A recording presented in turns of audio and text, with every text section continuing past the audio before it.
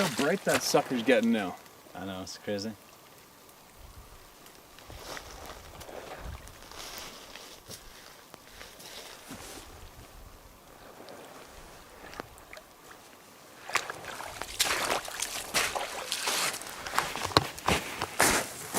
All right. So my lawn chair is a old used bush plane fuel barrel that was stashed here whenever it was stashed. So if you're asking where that came from, that's where that came from. And you see what if I can read this through these smudgy disposable readers.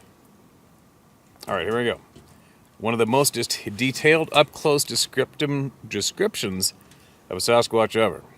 I'm a Bigfoot enthusiast like yourself, and this I found on the internet years ago, and it's truly the best description ever, point by point, and I believe one of the guys pissed himself in the end. Would love you to read the story on your YouTube channel. It's long, you might want to look at it first, and just edit and cut it right to the chase to read the whole thing. Alright. The noxious odor is a common thread. The stench must be the combo of a lack of cleaning and glandular secretions. His descriptive is very complete, more complete than I'd probably have given. With my memory, it'd be great to catch a gander of one. I don't know if I'd be afraid. In stress situations and life-threatening like I've been with armed robbers, I'm cool and straight thinking, and I'd pack more than an HNK9. I always carry a 44 Mag Smith with me. Alright, forgive me you guys, I'm in the middle of nowhere. I haven't edited these or pre-read them, alright? So, sometimes reading them can be a little bit of a challenge here. But anyway, here we go. I don't know where he got the Bigfoot Encounters, so he must have got this from Bobby Short's website, possibly, I don't know. But I'll read it, here we go. Sasquatch of giant proportions described in King County, Washington. Rattlesnake Ridge is a mountain ridge located south of North Bend, Washington. It rises from the intersection of State Route 18 and I-90 and runs southeast about 7 air miles or 11 trail miles. At 3,517 feet in elevation, it is the highest and easternmost of the Issaquah Alps. A complicated maze of abandoned logging roads and constructed rails have been strung together to provide a footpath from the Snoqualmie Point trailhead at exit 21 on I-90, all the way to Rattlesnake Lake trailhead near exit 32. King County, Rattlesnake Ridge, Washington, July 1998, approximately 1 p.m. In the month of July 98, my friend Jesse and I went on a hiking trip at Rattlesnake Ridge to collect rocks for Jesse's geology class at Seattle University. We reached the gravel parking lot around 1300. At the beginning of the trailhead, there is a lake that is very active with waterfowl and occasionally birds of prey. Normally this trailhead is semi-popular. We noticed there were only 3 other cars in the lot at the time. Looking back now, I can say this particular day was odd and that we noticed no animal or bird activity, which normally is abundant around the lake at the trailhead. Everything was strangely quiet, and an ominous feeling seemed to loom everywhere. In fact, normally both Jesse and myself are quite talkative when we hike, and even we said very little to one another. Both of us had packed a lunch in our backpacks, along with our usual flashlights, waterproof matches, extra batteries, 2 walkie-talkies, 1 cell phone, and 1 first aid kit. I was armed with my knife that is attached to my rucksack on the shoulder strap, as well as an H&K millimeter pistol, which I keep in my fanny pack. We started a hike on the regular trailhead until we reached the opposite side of the lake. At this point, we exited the regular trail and began ascending up the mountain, moving diagonally toward the rock face of the mountain ridge. After approximately 20 minutes, we came upon a small creek that flowed downhill toward the lake. We decided to follow the streak upwards that seemed to be going in the direction of our destination. We followed the stream for approximately another 15 minutes until we ran across an animal trail that also was going in the direction we were heading. However, the animal trail was moving diagonally and had fewer obstructions in our path, both of which made it easier to move up the mountain. Other than our own heavy breathing, we could hear nothing, and we said nothing as we continued our ascent. We continued on for what seemed like only 10 minutes when we began to hear a loud slurping sound ahead of us. We both looked at each other with a what the hell type of expression on our faces while continuing upward. The slurping grew louder, and now we could hear what sounded like a sigh in between each slurp. At this junction, the creek hooked around behind the hill in front of us and out of sight. Our trail would intersect with the creek once again just over this hill. At this time in the hike, Jesse was already ahead of me by approximately 8 to 10 feet. Suddenly, as we come over this hill, Jesse froze at his steps and I came up behind him, alerted by his actions. As I approached him from his six, I looked over his shoulder and also saw what he was looking at. In front of us and only 20 feet from our position, I saw what at first I thought was a huge bear drinking from the creek. As my brain tried to categorize the animal I was looking at, I suddenly realized that directly under its glutes were a pair of huge feet. Not hooves or paws, but actual feet, each having 5 toes. The feet were dusty gray color and the same texture of the bottom of the dog's paw. As it knelt down, the glutes were as large as a Clydesdale's ass, and I'm not kidding. With the exception of the soles of his feet, the creature was covered 4 to 5 inches in length with dark brown, almost black hair. Its hair on his butt was also matted, and it looked like he had sat in a wet cow pie. Oh, that's nice. Under his butt, I could clearly see testicles, and I knew it was a male. We stood there frozen with fear.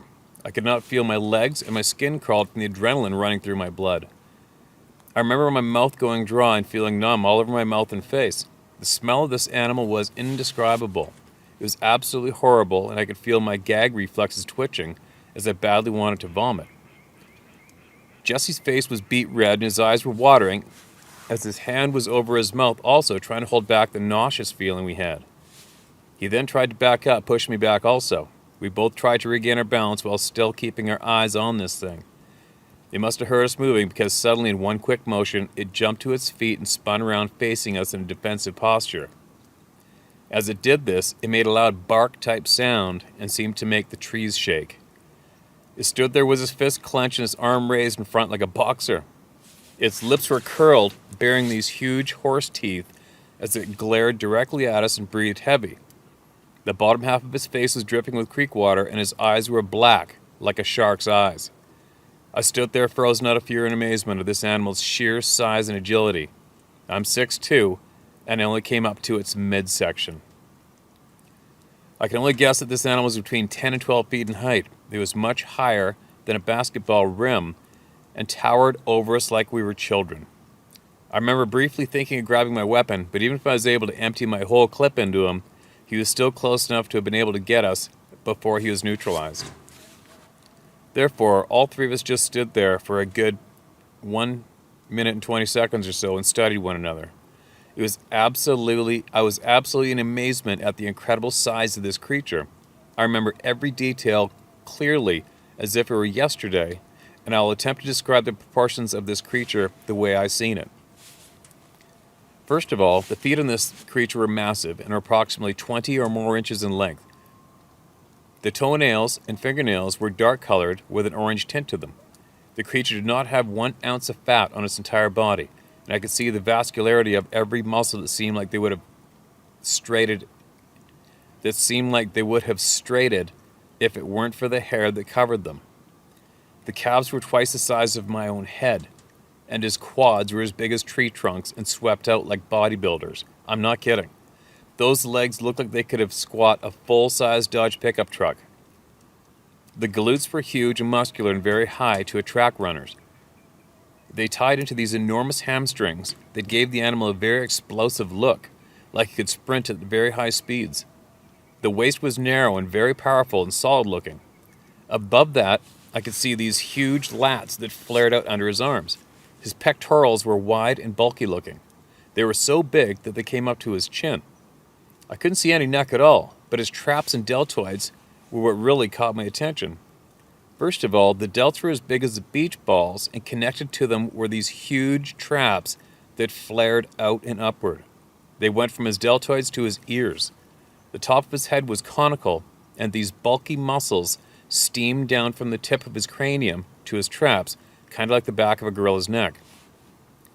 Now, the face is not like an ape at all. It really looked like a Neanderthal in the facial features.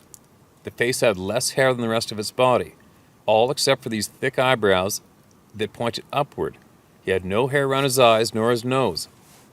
His forehead was sloped, and the eyebrow ridges protruded out, and under them were these deep eye sockets. that sank deep into its skull. The cheekbones were very wide and high, and below them was this deep, powerful-looking jawline. The nose had a ridge to it, like a human nose, and the nostrils flared out and downward. They weren't pointed down like a human nostril would be.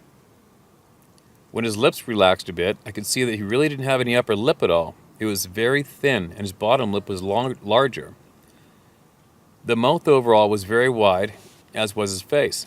His arms were huge and bulky, and you could see his triceps bulging out, and his biceps looked like bowling balls. His forearms were abnormally long, and they were bulging with muscles too.